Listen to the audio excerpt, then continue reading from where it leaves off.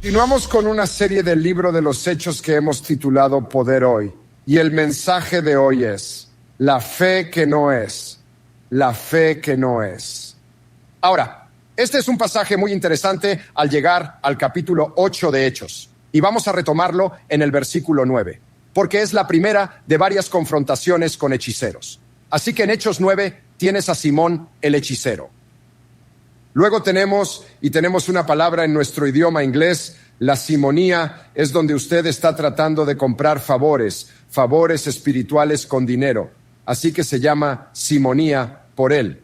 Hechos 13, Eliamus bar Jesús. Recuerden, Pablo lo golpea con ceguera. Hechos 16, una esclava poseída por un espíritu pitón. Quiero decir, esa es una historia loca cuando lees sobre ella. Y luego, Hechos 19, los 7 hijos de Seba, y un demonio salta sobre ellos y los golpea y los manda corriendo desnudos y sangrando. Son 3 o 4 historias muy interesantes. Esta mañana vamos a mirar a Simón el hechicero. Él es un hombre que tenía fe, pero no era una fe salvadora. Esto es lo interesante. Él creyó, dice la Biblia, fue bautizado, siguió a Felipe. En la superficie se veía muy bien, pero al final encontramos que no se salvó. Este es un mensaje muy conmovedor para todos los que escuchan esta palabra hoy. Porque honestamente, creo que una de las preocupaciones principales de cualquier pastor piadoso es que haya personas en la iglesia que sean inconversos. Personas que asisten a la iglesia, son parte de la iglesia, pero no han nacido de nuevo. Puede que hasta piensen que van a ir al cielo. Pueden hablar del cielo, pero no hay santidad en su vida. Tal vez han tomado la decisión de seguir a Cristo, pero no son realmente discípulos, no son un aprendiz, no son un seguidor, nunca leen su Biblia, nunca pasan tiempo con el Señor. Jesús no es Señor de sus vidas. Él no gana ningún lazo en sus vidas, en su mayor parte. O dicen tener fe y no hay fruto en su vida. Cada pastor tiene la preocupación por las almas de las personas. Adoba Tozer, gran predicador en la década de los 50, opino que muchas personas han tenido alguna experiencia religiosa al aceptar a Cristo. Tal vez decenas de miles o incluso millones, y no han sido salvados. Ahora escuchen, lo que él está diciendo aquí es que hay mucha gente que piensa que porque experimentaron la presencia de Cristo y respondieron a eso, que son salvos, pero no han sido salvos. Él dice, si tu conversión cristiana no invirtió la dirección de tu vida, si no la transformó, entonces no estás convertido en absoluto. Como la vieja canción de la escuela dominical, si eres salvo y lo sabes, entonces tu vida debe mostrarlo. Tú dices, bueno, ¿cómo le sucede esto a una persona? Quiero decir, ¿cómo lo sé? ¿Y qué le pasó a Simón? Al mirar el mensaje de hoy o el pasaje de hoy, vamos a ver 4 características de una fe falsa. 4 características de una fe falsa. Número 1. Una fe falsa tiene una visión egoísta de sí misma. Esto es algo, yo creo, que aleja a mucha gente de la salvación. Tienen una visión errónea sobre la humanidad y sobre sí mismos, creyendo que los humanos son inherentemente buenos, aunque no es así. Las personas nacen pecadoras. No se convierten en pecadores cuando pecan, nacen pecadores, por eso pecan. Ese lindo bebito en la cuna es un pecador masivo. La prueba de ello es cuando se enojan. Si fueran de tu tamaño, estarías acabado. Las personas nacen pecadoras.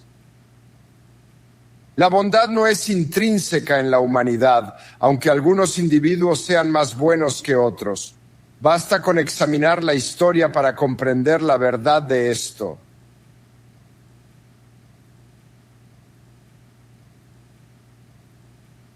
La Biblia dice esto, Romanos 3 y versículo 10, no hay justo, ni siquiera uno.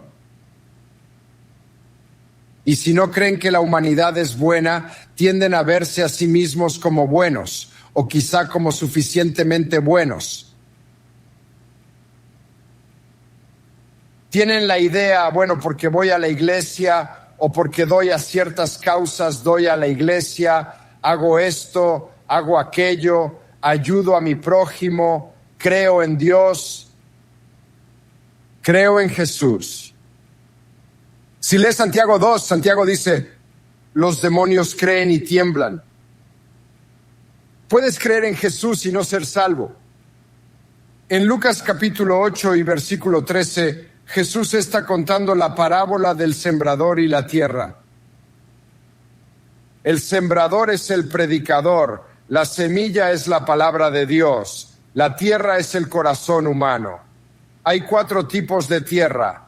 En la segunda, las semillas en la tierra pedregosa es para los que escuchan y reciben el mensaje con alegría, pero se apartan al enfrentar tentaciones. Marcos dice que esto ocurre cuando enfrentan problemas o persecución. Lucas y Marcos dicen que en la tercera tierra los afanes de esta vida y el engaño de las riquezas ahogan la semilla. La idea es que la persona que cree y recibe no es cristiana, sino persevera. La prueba de tu salvación no es que tomaste una decisión. La prueba de tu salvación es que estás sirviendo a Jesús activamente. Salieron de nosotros porque no eran de nosotros, dice Juan. Si hubieran sido de nosotros, no habrían salido de nosotros. En otras palabras, hay mucha gente que son en esta escritura convertidos temporales. Santiago lo pone de esta manera, Santiago capítulo 2. ¿De qué sirve, queridos hermanos y hermanas, si ustedes dicen que tienen fe, pero no lo demuestran con sus acciones? ¿Puede esa clase de fe salvar a alguien? ¿Cuál es la respuesta? No. Escucha, puedes decir todo el día que eres cristiano, pero si tu vida no lo respalda, no lo eres. Así que lo que está diciendo, no tienes una fe salvadora porque no es como te llamas a ti mismo, es como vives. Simón cree, pero cree por todas las razones equivocadas. Veámoslo, Hechos 8:9. Ya desde antes había en esa ciudad un hombre llamado Simón que, jactándose de ser un gran personaje, practicaba la hechicería. La palabra, no vamos a entrar en todo, pero es una forma cognada de la palabra, y Lucas la usa porque esencialmente lo que está diciendo es, el tipo es un charlatán. Así que Lucas lo está señalando con el dedo. Un lector del griego lo entendería. No es tan obvio en nuestras traducciones al español. Ya desde antes había en esa ciudad un hombre llamado Simón que, jactándose de ser un gran personaje, y asombraba a la gente de Samaria. Esta palabra asombrado se utiliza a menudo en el pasaje. Simón está asombrado. Está sorprendido buscando cómo incorporar la actuación de Felipe en mi payasada y seguir engañando a la gente. Practicaba hechicería en la ciudad, asombraba a toda la gente de Samaria, se jactaba de ser alguien grande. Todo se trata de él, lleno de orgullo. Sabemos que, y casi les regalo el final de la historia, porque lo que la historia de la iglesia nos dice que hizo, y en realidad había un lugar en Roma, un ídolo, que se llamaba Simon Sancto Deo, Simón, el santo, Simón el Dios santo. Quiero decir, este tipo tiene un ego, se cree Dios, aún no ha llegado allí, pero está en camino. Vino a Dios no porque necesitara que Dios hiciera por él lo que no podía hacer por sí mismo. Vino por otros motivos. En el verso 9 es muy orgulloso, se jacta sinceramente. El orgullo aleja a mucha gente de Dios. El orgullo me hace verme no tan malo comparado con gente que conozco o veo en noticias.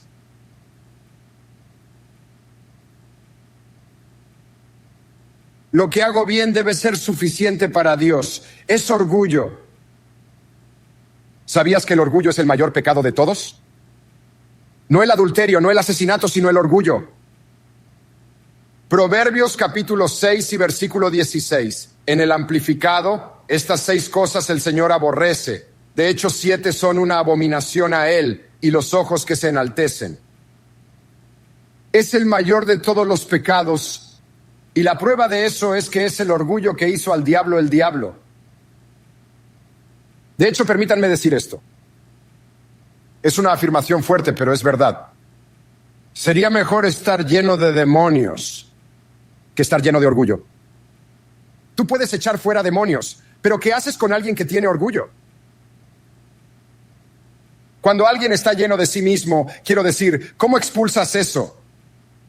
Aquí está Simon, es muy orgulloso. Y su ego es alimentado por la gente. Míralo en el versículo 10. Todos, desde el más pequeño hasta el más grande, le prestaban atención y exclamaban, este hombre es al que llaman el gran poder de Dios. Es decir, decían que era Dios. Lo seguían porque los había dejado asombrados. Todos se sorprenden por todo, y eso no es lo que algunos podrían decir. No es problema de Simón. El problema no está en las señales, sino en el orgullo. El problema es con personas fraudulentas, no con los verdaderos milagros, ya que estos atraen multitudes a Cristo. Lucas enfatiza esto en el libro de los Hechos. Seguían a Simon por sus increíbles artes mágicas que los había deslumbrado. Lucas nos revela que es hábil en eso y que hay algo falso ocurriendo aquí. Está muy orgulloso. Escucha esto, mientras alguien cree ser suficiente, nunca podrá conocer la verdadera salvación. La persona que llega a Dios es la que es humilde. Y humildad no es decir, no valgo nada. Es depender de Dios y decir, Dios, por mí mismo, no puedo llegar al cielo a menos que reciba lo que tú, a través de tu Hijo Jesús, hiciste por mí en la cruz. Pongo mi fe en Él, creyendo que hizo por mí lo que yo no podría, y sé que si no lo hago, nunca llegaré al cielo. ¿Sabes lo que impide a mucha gente tomar esa decisión? El orgullo. Miedo de lo que piensen los demás. Miedo de cómo se verá. Miedo de ser etiquetado como uno de esos chiflados de Jesús. Miedo de lo que sea que temes. Miedo de lo que dirá tu esposa, de lo que dirá tu familia, de lo que dirán tus amigos. Miedo de perder tu libertad. Miedo de renunciar a algo, que no sé a qué podrías renunciar, que valiera más que Cristo. En términos de salvación, ser humilde, es decir, Dios, nunca seré lo suficiente bueno por mí mismo, jamás seré lo justo para entrar al cielo. Por eso confío en ti, para que me ayudes a hacer lo que no podría lograr solo. Pero la gente orgullosa nunca hará eso. Escucha, voy a lanzar la bola al otro lado del plato. No intento ofender a nadie, pero no voy a dejar nada al azar. Si has escuchado el Evangelio y no has respondido, es porque el orgullo ha llenado tu corazón. ¿Y no crees que sea gran cosa entregar tu corazón a Cristo? Y tienes que entender la naturaleza condenable del orgullo. De todas las cosas que Dios detesta, el orgullo obstaculiza a las personas de experimentar la bondad y la bendición de Dios, comenzando con la salvación. Por eso Santiago afirma que Dios se opone a los orgullosos y los mantiene lejos. ¿Deseas que Dios te aleje? Sé orgulloso y di, no, gracias, no necesito tu ayuda. Necesito tu ayuda para mi salvación, no en el cielo. No estoy seguro si necesitaré tu ayuda mañana. Creo que puedo arreglármela solo. Y Dios dice, está bien, voy a mantenerte a distancia, pero Él da gracia a los humildes.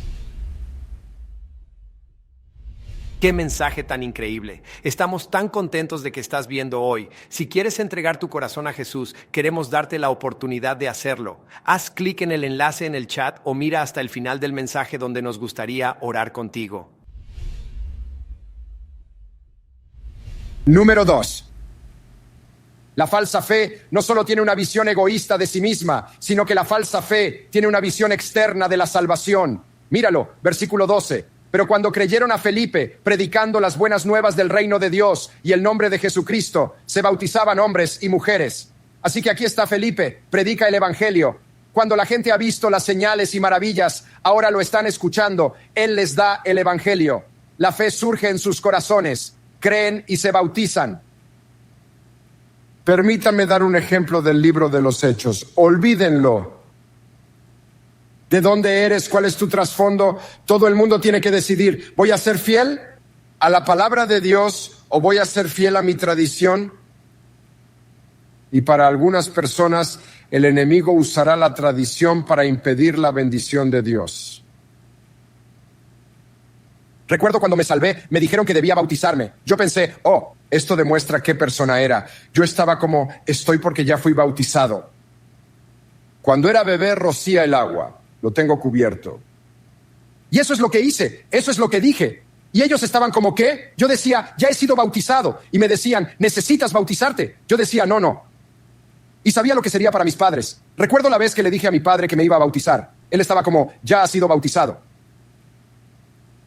Es como, bueno, eso es lo que les dije. Pero no, en ese momento yo había sido convencido por las Escrituras. Porque las Escrituras son muy claras.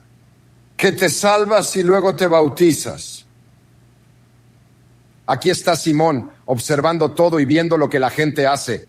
En el versículo 13, mucha gente se engaña al solo mirar en la superficie, sin leer el resto de la historia. Simón creyó y fue bautizado, siguiendo a Felipe asombrado por las grandes señales y milagros que veía. Él se asombra y pregunta, ¿cómo puede aprender a hacer lo mismo? Pensando que si agrega eso a su habilidad, tendrá incluso más poder ante la vista de la gente. Pero no te dejes engañar por esto, por creer y ser bautizado. Porque la prueba de la salvación no es solo que usted se acercó y fue bautizado. La prueba de la salvación es cómo vives después de eso. En el versículo 12, todos se están salvando. Así que en el versículo 13, Simón se va a salvar. Él no está cambiando su vida. Él se mantiene con la multitud. No está motivado por su necesidad de salvación del pecado. Está tratando de descubrir cómo incorporar los milagros de Felipe en su propio show. Así que aquí está, y está haciendo todo esto, y no tiene planes de cambiar. Y no entiende algo acerca de la salvación. Me doy cuenta que estoy diciendo algunas cosas de las que no hemos hablado mucho, pero son verdad y son súper importantes. Y simplemente no han salido en el texto, así que las agrego aquí. Tienes que entender que no es fácil ser salvo. Jesús dijo esto, escuchen esto, Lucas 13. Continuando su viaje a Jerusalén, Jesús enseñaba en los pueblos y aldeas por donde pasaba. Señor, ¿son pocos los que van a salvarse?, le preguntó uno. Esfuércense por entrar por la puerta estrecha, contestó. Porque les digo que muchos tratarán de entrar y no podrán. Miren la palabra esfuércense. Esfuércense por entrar por la puerta estrecha, porque muchos lo intentarán, pero fracasarán. Trabaja duro, haz todo esfuerzo, dice la NBI. La Reina Valera dice esfuérzate. El griego usa la palabra agonizamai. Es la idea, agoniza para entrar. Verás, cuando vienes al reino es una puerta estrecha, lo que significa que no puedes entrar con todo tu equipaje, todas las cosas que quieres llevar contigo. Como, bueno, quiero llevar este hábito y quiero llevar a esta persona y quiero llevar esta actividad. No, te deshaces de todo eso. Lo dejas todo a un lado. Por la alegría, la belleza, la majestad de Jesús.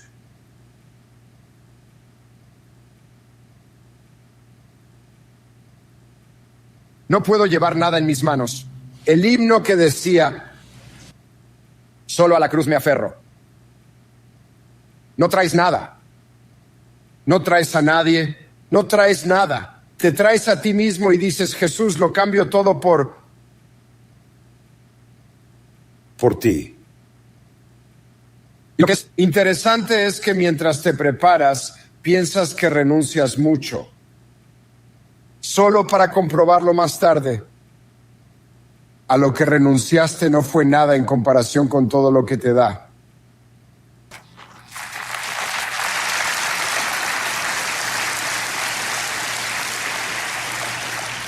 Voy a usar una ilustración terrenal, pero es bíblica. Pablo dice en Filipenses 3, todo a lo que renuncié para seguir a Cristo, estaba muy orgulloso de ello. Creía que era algo y que yo también lo era, pero renuncié a todo y al mirar atrás me di cuenta de que lo que creía que era valioso solo era un montón de basura. Quiero decir, es chocante. Yo no lo escribí, Paul lo hizo, pero eso es lo que es. La palabra griega es escubalón, es aguas residuales. Toda mi vida fue sobre aguas residuales. Es lo que Pablo le está diciendo a Cristo. Y descubrí que Él vale más que todo lo que yo valoraba. Comprendí lo valioso de la vida al conocer a Cristo. ¿Verdad? ¿Verdad? Sigamos. La visión económica del Espíritu en la fe de Pablo, versículo 14.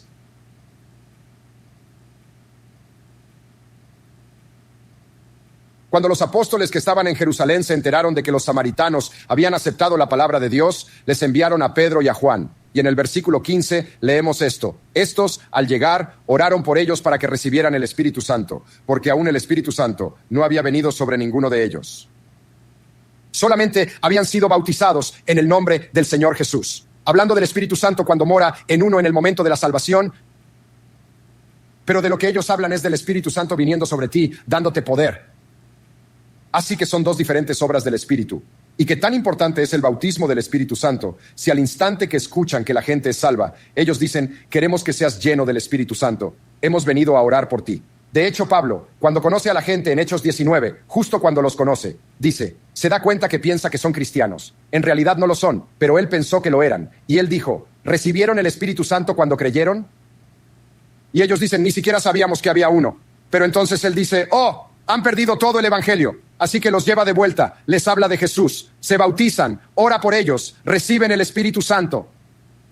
Esta es la misma idea aquí. En el versículo 17 dice, cuando Pedro y Juan pusieron sus manos sobre ellos, recibieron el Espíritu Santo. Ahora observen esto. Cuando Simón vio que el Espíritu fue dado en la imposición de las manos de los apóstoles, ¿qué es lo que ve? Incluso la gente que no cree que las lenguas son para hoy, los comentaristas dicen que él vio gente hablando en lenguas. Cuando vio a la gente orando en lenguas, Pedro y Juan les imponían las manos y recibían el don de lenguas. Entonces Simón, admirado, deseó tenerlo. ¿Cuánto va a costar? ¿Cuánto debo pagar por lo que hacen ustedes? Míralo en el versículo 18. Al ver Simón que los apóstoles otorgaban el Espíritu Santo mediante la imposición de manos, intentó comprar ese poder con dinero. Quería tener la capacidad de impartir el Espíritu Santo a quienes él impusiera las manos. Pensó que podría formar parte de esta bendición y que era algo que se podía comprar, pero Dios no vende su obra.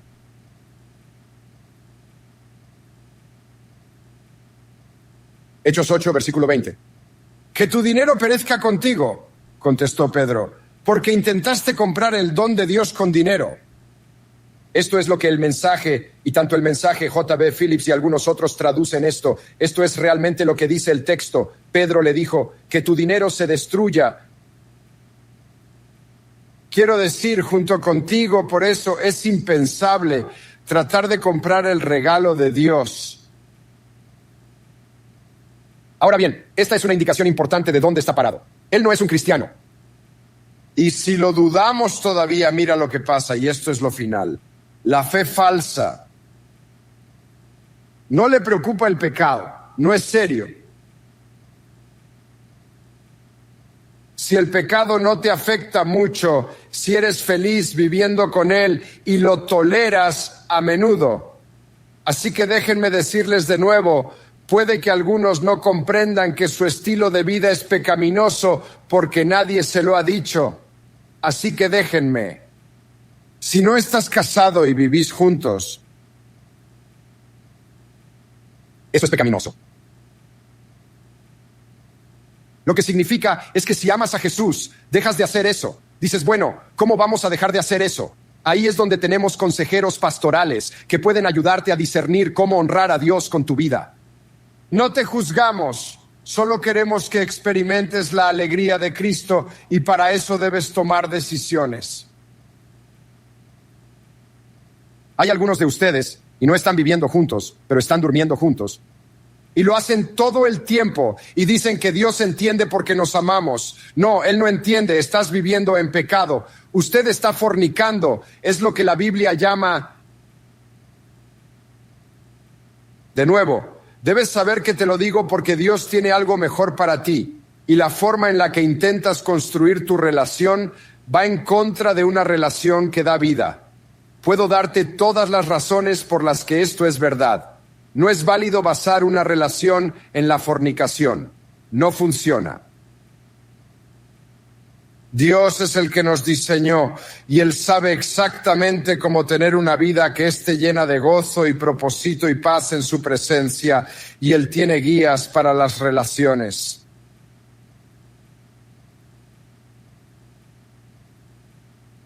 Así que no sé cómo llegué a eso, pero llegué a eso. Volvamos al versículo 21. Realmente, déjame decir esto. Lo digo con amor. Quiero que conozcas a Dios y que conozcas su bondad en tu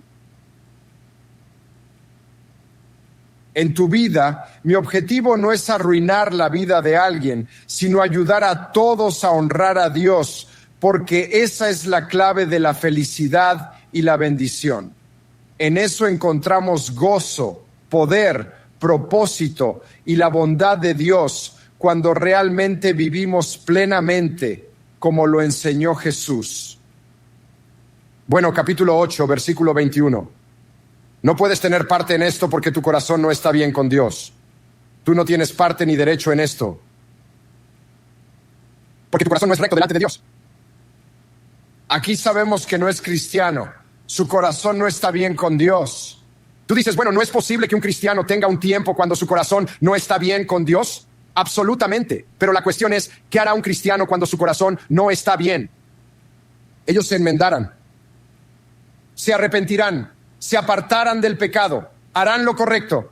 De nuevo, es por esto que digo, si eres feliz con tu pecado y amas tu pecado o tu situación pecaminosa y no estás dispuesto a volverte de él, entonces por lo menos llega a la conclusión bíblica correcta. No vas a ir al cielo cuando mueras porque no eres cristiano. No quiero darte falsas esperanzas. Si eres feliz con tu pecado y no planeas cambiarlo, es muy improbable que termines en el cielo. Puede que esto te sorprenda, pero es importante tenerlo en cuenta. Y me di cuenta que para algunos es algo chocante. Pienso en una pareja en el campus oeste. Estaban viviendo juntos y volvieron a casa de la iglesia y ella dijo, no voy a dormir más contigo. Y quiero decir, él me dijo esto, me dijo, toda esa semana estuve tan enojado contigo.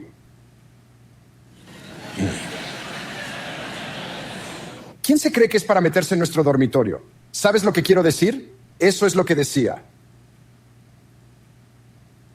Y estaba tan enfadado y dijo, ¿sabes qué? No voy a vivir más contigo. Él dijo, bueno, buena suerte tratando de hacerlo sin mi dinero. Pero ella dijo, voy a vivir para el Señor. Y una familia de la iglesia la ayudó. Así que pudo tomar la decisión correcta. Y 7 meses después, el tipo que estaba enfadado volvió al campus oeste y se sentó en el servicio y entregó su corazón a Jesús. Hoy están casados, tienen una hermosa familia. Y ambos te dirían que ese escenario y ese suceso fue lo mejor que les pasó en la vida. Tú no puedes verlo donde estás ahora, pero es verdad. Dios te está preparando para hacer algo asombroso. No puedes empezar a imaginarlo, pero solo si dices, Jesús, tú eres el primero. Bueno, no estás salvado.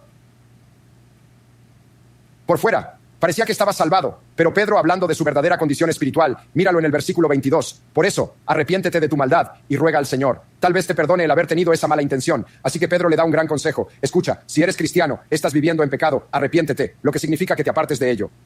No significa decir, oh Dios, lo siento. Si no cambias, arrepentirte no significa nada.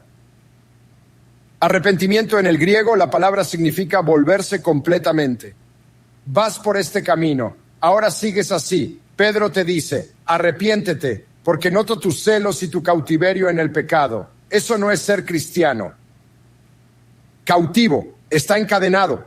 Pablo dice en Romanos 6, hemos sido liberados del pecado. ¿Cómo podemos vivir más en él? Él no ha sido liberado del pecado. Así que no es cristiano, debería arrepentirse.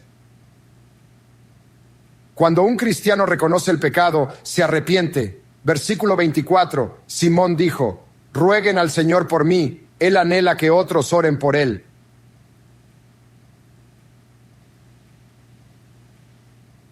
Para que no me suceda nada de lo que han dicho. Bueno, Simón, solo hay una persona que puede determinar eso. Y ese eres tú, Simón. Verás, solo hay una persona que puede determinar lo que te sucede espiritualmente, y ese eres tú. Y es por eso que cada persona que no recibe a Cristo como su Salvador se presentará ante Él. Y los libros serán abiertos, dice la Biblia en Apocalipsis. Y los muertos que sean resucitados en ese momento para el juicio serán juzgados de acuerdo a lo que fue escrito en los libros. Y todos darán cuenta. Si no eras cristiano porque no aceptaste la sangre de Cristo que lava todo tu pecado,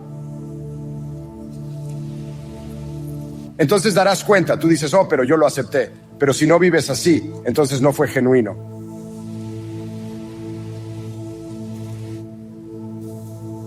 Déjame hacerte una pregunta. Simón, triste y asustado, no está seguro. Porque él no tenía una fe que salvaría. Te voy a hacer una pregunta. ¿Tiene una fe que lo salve? Tú dirás, ¿cómo puedo saberlo? ¿Cómo sé que mi fe es real y no como la de Simón? Y esa es una gran pregunta para hacer. Es una buena pregunta. En primer lugar, Pablo dice esto en Romanos y lo dice de nuevo en Gálatas, que el Espíritu da testimonio a nuestro espíritu de que somos hijos de Dios. El Espíritu mismo testifica con nuestro espíritu que somos sus hijos. Así que, ya sabes, si tienes una prueba, si el Espíritu está hablando a tu corazón, ya sabes, eres mi hijo, te amo, y el Espíritu de Dios está ahí. Ahora, si estás viviendo en pecado abierto, no estás escuchando al Espíritu, estás escuchando algo más, lo cual es aún más aterrador. Pero segundo, tienes que mirar tu vida. Segunda de Corintios 13:5, Pablo está escribiendo esto a los cristianos o personas que reclaman a Cristo, examínense. Para ver si están en la fe. ¿Cómo harías eso? Se preguntarían, bueno, ¿refleja mi vida amor por el Señor? No estamos hablando de perfección, pero con todo mi corazón, quiero honrar a Dios, amar a Dios, servir a Dios. Es decir, ¿quién está a cargo de mi vida? ¿Él o yo? Quiero decir, eso es de lo que estamos hablando aquí. Mira el producto de tu vida. ¿Qué ves? Y si no hay ninguna señal en la forma en que vives de que eres salvo, entonces probablemente es porque no lo eres. Has añadido tu vida, Cristo, a tu vida, solo que no has rendido tu vida a Él porque todavía es tu vida. La evidencia es que haces lo que quieres y estás de acuerdo con las partes de la Biblia que te gustan. No estás de acuerdo con las partes que no te gustan y te evalúas a ti mismo. ¿Estoy de acuerdo con Dios en esto? Si no lo estoy, entonces no lo haré. Tú eres tu propio Dios. Me doy cuenta de que es un mensaje muy fuerte, pero creo que a veces tenemos que ir al grano y decir, hey, este es el trato y todo el mundo necesita saberlo. Y me tomo un mensaje como este muy en serio porque honestamente esto es lo que dice la Biblia. Voy a dar cuenta de vuestras almas.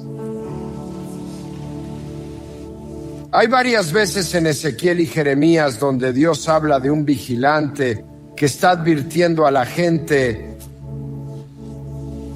Dios afirma que si no te das cuenta, la responsabilidad cae sobre ti. Así que hoy tengo la responsabilidad como su pastor de decirles la verdad, no de decirles lo que quieren oír, sino lo que necesitan oír y lo que todos nosotros necesitamos oír. Escucha, si sientes que un dedo te señala, tienes 3 o 2.5 señalándome a mí, ¿verdad? Antes de predicarte, debo predicarme a mí, llegar a mí mismo.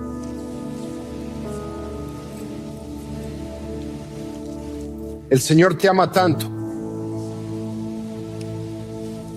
Y si no estás seguro de ser cristiano, no hay nada más importante que ocuparse de eso. Para algunos de ustedes eso significa una gran rededicación.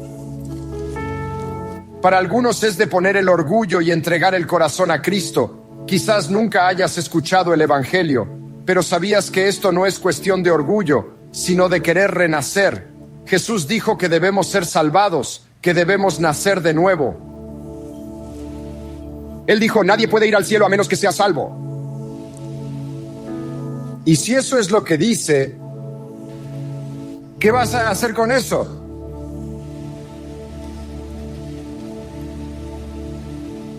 Te animo para que su bendición, su bondad y su alegría estén en tu vida. Entrega tu corazón a Él. Rededica tu vida a Él. Hay poder en el arrepentimiento. Hay poder cuando Dios te da la oportunidad de volverte a Él. Él nos da cada oportunidad de encontrar vida y sanidad en Él porque ese es su corazón.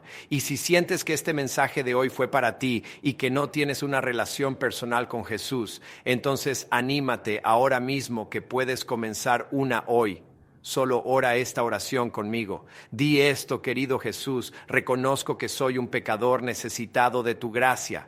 Gracias por dar tu vida para que yo pueda tener una relación contigo y estar bien con Dios. Te pido que seas el Señor de mi vida y que me llenes con tu poder transformador. Amén. Si tú oraste esto, entonces estamos tan contentos por tu nueva vida en Cristo y nos encantaría conectar con usted y enviarte un regalo. Solo tienes que visitar jamesriver.church/Jesus para hacernos saber acerca de tu decisión. Muchas gracias por ver James River Iglesia. Esperamos que Dios haya usado el mensaje para edificar tu fe y bendecir tu vida.